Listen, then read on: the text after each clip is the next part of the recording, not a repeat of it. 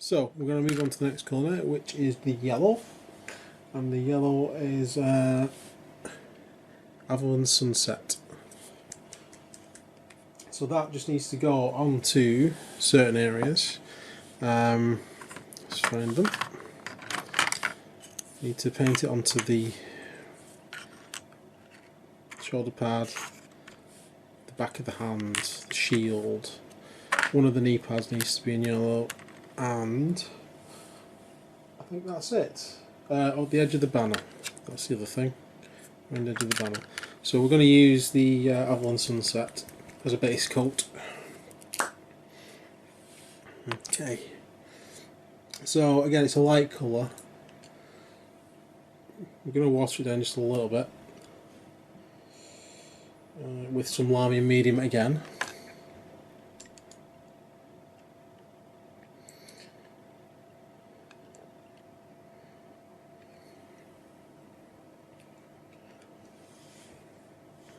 And I'm going to use a small base brush for this.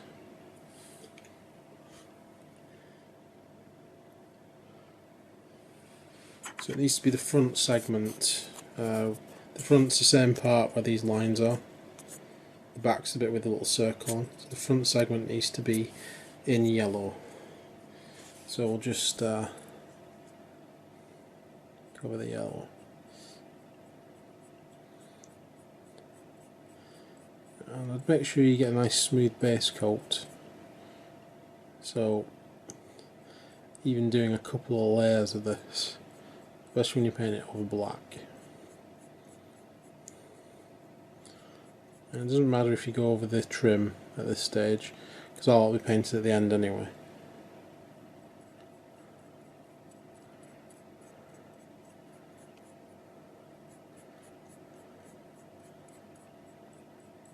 So I'm going to continue with this. I'm going to repeat that on the other pieces, and I shall be back with you when I've done probably the 2 coats so you can see what it looks like. So we're back in a moment.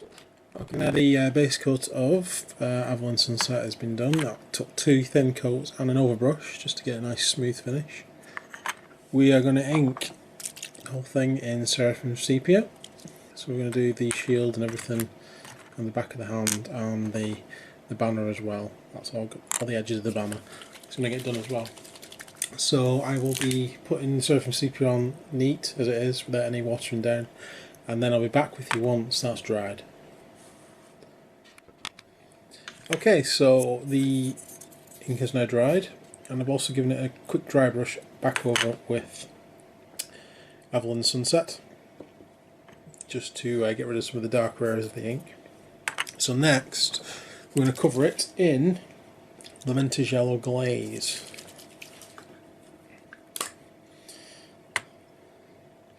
So for this I'm going to use the glaze brush, the medium.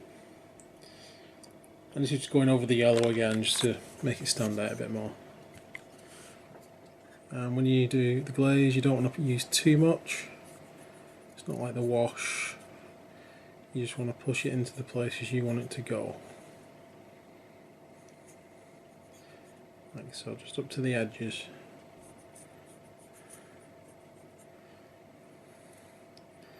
Into the recesses as well. And that's it. So that'll give a nice yellow glaze on top of the yellow. So I'm going to do the same on the other pieces of yellow, and then we're going to move on to doing the black. Okay, so what I've done, now that the glaze is dried, I've gone over the black areas with the Bad and Black. Now that's dried, we're going to do the first highlight using Skaven Blight Dinge, and then the second highlight will be done using Dawnstone. And that's going to be a case of just going around the edge and highlighting the areas, a bit like we did with the green that we saw previously on there. So I'm going to do both those stages, and then I'll be back with you. Okay, so the black has been painted on and the 2 highlights have been done, so you can see them on there hopefully. And you can see the highlights on there as well, and the ones on the leg armour, and on that one as well. So next is onto the silver, which is the edging of the House Cadmus. So it's going to be done in silver, so we're going to do it in lead belcher, and then we're going to do iron breaker, and then we're going to do rune fang steel, one after the other. So we're going to start with lead belcher. So I'm going to start with lead belcher over the top of the res detail areas on all these parts as well, across the whole model. Which will take some time, so I'll be back with you when I've done the lead belcher. Okay, the lead belcher is now on. There it is. Looking cooler already. And I've gone over all the parts that are going to be in silver around the edges, on the canopy as well, those bits. So the next thing is to do the iron breaker. There's the iron breaker. I'm just going to go over it all again in iron breaker, and I'll be back with you. Okay, the iron breaker has gone on now, now it's lightened up considerably. So what we're going to do, we're going to do a wash of non-oil. We're going to be quite selective where we put the wash actually. I'm just going to put it around the detail and around the rivets. So we're going to use the smaller shade brush for this, well the medium one, shall I say, of the ones I've got. This one we're just going to dab it on and get these little rivets.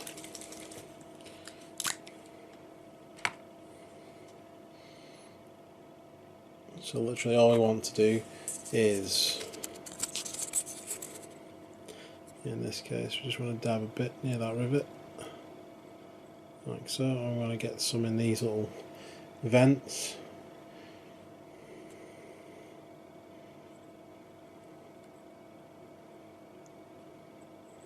Don't want to put too much on the rest of it, like so. So we're just giving it a little bit of shading on these.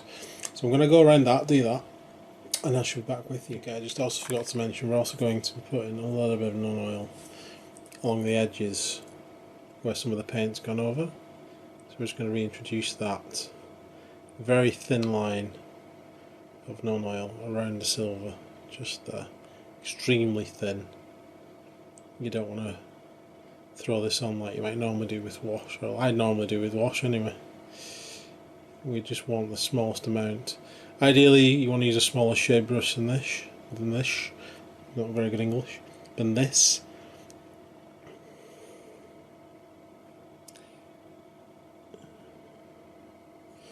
But there we go, that's kind of the effect you're going for. So I'll be back with you when I've done that. Okay, now the ink has dried. It's going to be more definition. We're going to do a final highlight with rune fang steel. And that's just going to be around the edges, highlighting the rivets, just to bring them out a bit more, and then that will be the metallic relief done. So I will get that done, and I'll be using this bad boy, which is the Artificer Layer extra small brush, or nicknamed the eyeball brush, for there it is. It's not the smallest brush end I've ever seen, but it's quite sturdy. If it's anything like the rest of the Games Workshop brushes, because I haven't used this one yet,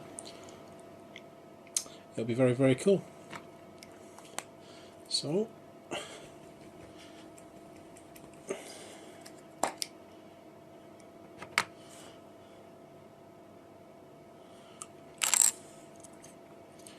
at these rivets. Yeah, it works quite well, just picking out the rivet there. I'm also going to go along the edge of this as well, and then I'll be back with you when I've done that.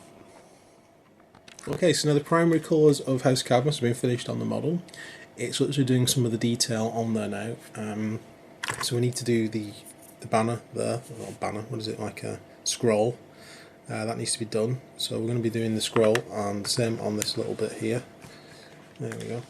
And we need to do the window on there, we need to do the eyes, the lenses, and the other lenses across the model. There's some lenses on there. There's like a lens on the sight on that. And then we need to do some heat weathering onto the melter gun and the flamer on there. So we're going to start by doing the lenses, and I'm going to be using the three colours that I've used for lenses in the past. I'm going to be Okay, I wasn't prepared, but there we go, now I've got it. Mephiston's going to be the start colour, then we're going to layer with Evil Suns, and then we're going to do Fire Dragon Bright, and then we're going to use White Scar, which is somewhere, but that'll be the final part. And if you see my other videos, you'll know how to paint gems and lenses anyway, or how I paint the gems and lenses. So you can watch that for the exact details, but those are the order of paints that I'll be using. So I'm going to do that and I shall be back with you. Okay, so there's the Mephiston on the eyes there, you can see that there. So the next layer will be the Evil Suns. Okay, so there is the Evil Suns on that site there, and you probably see it better on the eyes. So the next layer is Fire Dragon Bright. Okay, so there is the Fire Dragon Bright finished, and finally we're going to do the White Scar. That consists of doing a very slight edge around the back of the Fire Dragon and a little dot on the opposite corner, just to give it that 3D glow, sort of gem, sort of glowy effect. I'll do that, I'll be back with you. Okay, so that's the White Scar done. Just show you a different piece. That's the lens from the melter gun, and there are the eyes. Done. Okay, so now we're going to move on to the scroll areas, which are these two, which because I'm using this as a symbol for this guy, it'll be that and the chest scroll. So to start them, we need to use Sandry Dust. I'm going to keep using this small layer brush for this, because I don't want to get anything onto the green.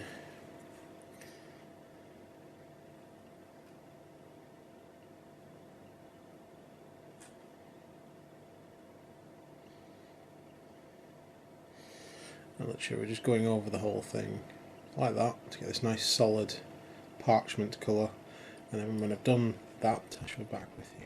Okay, so now that's dried, we're going to go over that in an ink.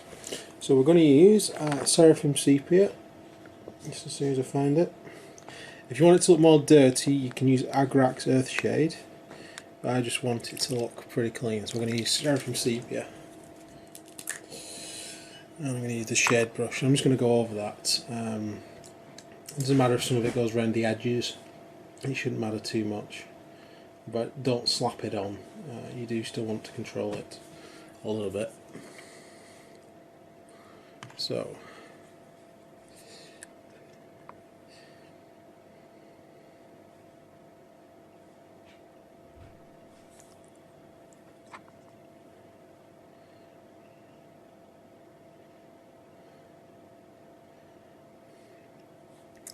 there we go, that's what we're going for. More of the parchment kind of colour. And just the same on this. But just be careful about holding this, because it's a bit fiddly, because it's not stuck to the model. There we go. Now I need to wait for that to fully dry before. So while that's drying, we can actually do some of the other work on the other areas. So I'm going to do the sort of weathered burnt effect on the end of the melt that I've done on my other knight, on the bigger melter gun that it's got. So to do that, we're going to take some Drushy Violet shade, and we're just going to go around the end of the gun. We don't want to go the whole thing, we just need literally this amount, and paint it away from the end as well. We do want a bit more than that on there, but there we go, that's better. So we literally just want to do the end of the gun, bring it back. You don't want to go any further than about the middle, really.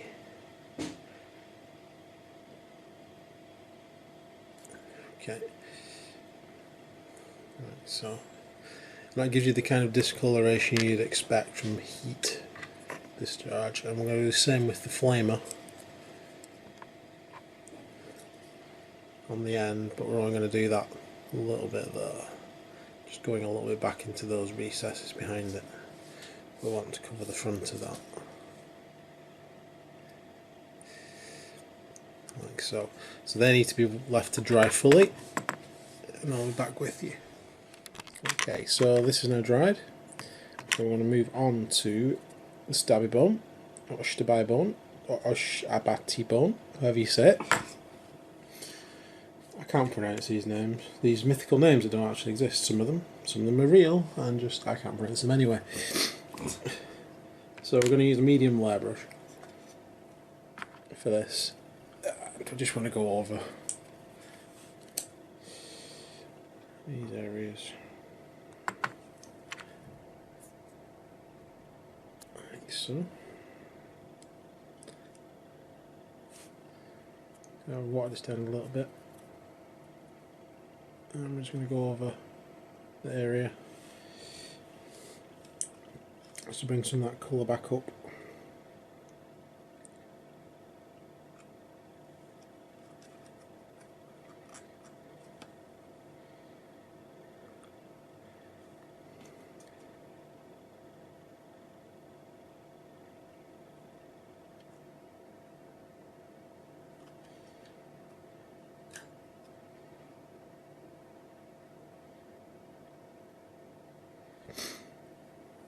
Okay, so for now that's kind of what we're going for, if you can see that there.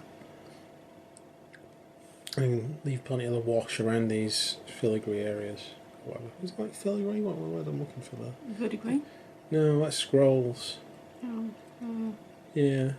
I'm the worst one for English, don't ask me. I can't remember, I don't even know what I mean. But around the edges of the scroll, we'll leave plenty of wash showing. So we're back with you when I've done that.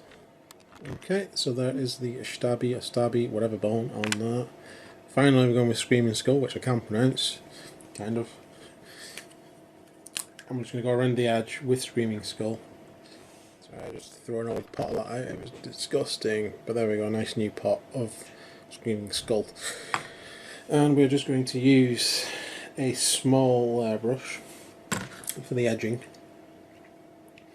And this is only a small highlight because there isn't a massive difference between the two colours at first.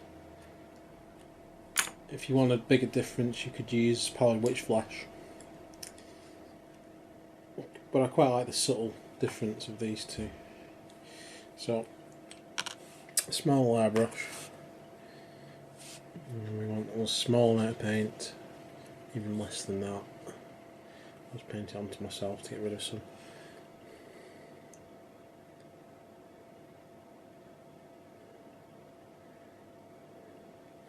And literally that's all we're doing, just going over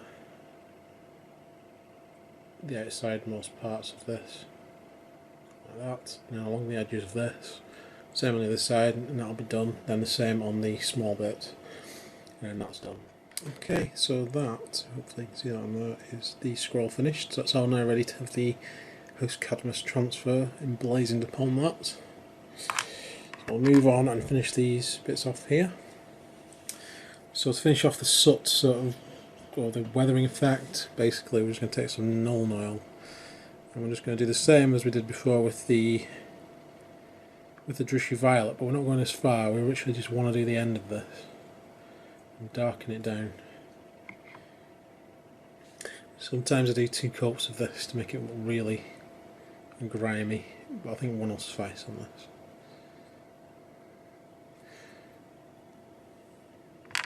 Okay, and then the same on the flamer.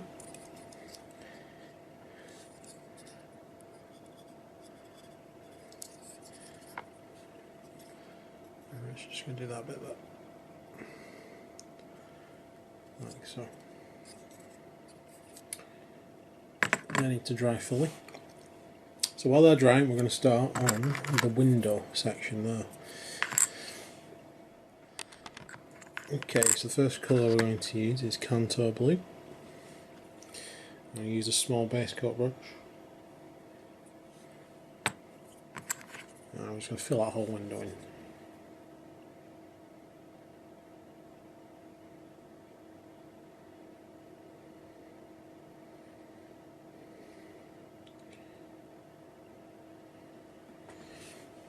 Like that. So that needs to dry. Okay, so the next colour we're actually going to use another base paint, Caldor Sky. And we're going to do the same sort of thing we do with lenses and gems. Obviously this is an oval, but the same sort of thing applies. You pick a point where you want to be reflected, and we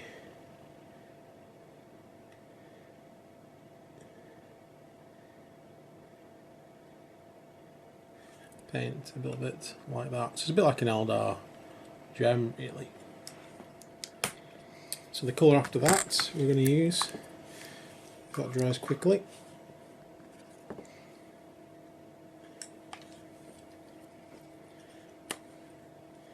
is, box is falling about the place, is Techless Blue.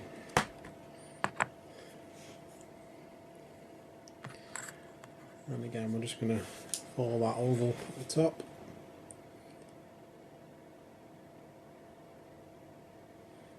Like that.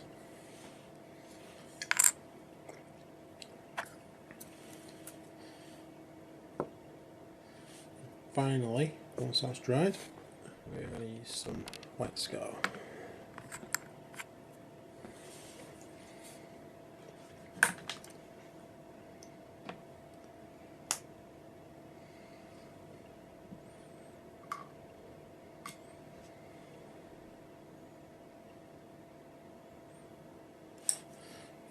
Like so, and there. If you can see that. And just to make it look a bit shinier, once that dries, I am going to add some yellow and blue glaze over the top.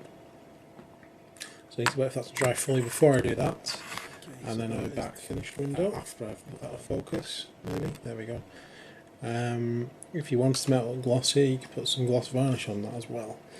But if I do that, it'll be right at the end. So those are all the components painted for now. So now we need to do is assemble what we've got. So I'll make sure everything's completely dried. All those washes, that looks pretty dried. Oh, there is one final thing before we do that, is the end of this just needs a quick bit of Runefang steel. I knew there was something I'd forgotten.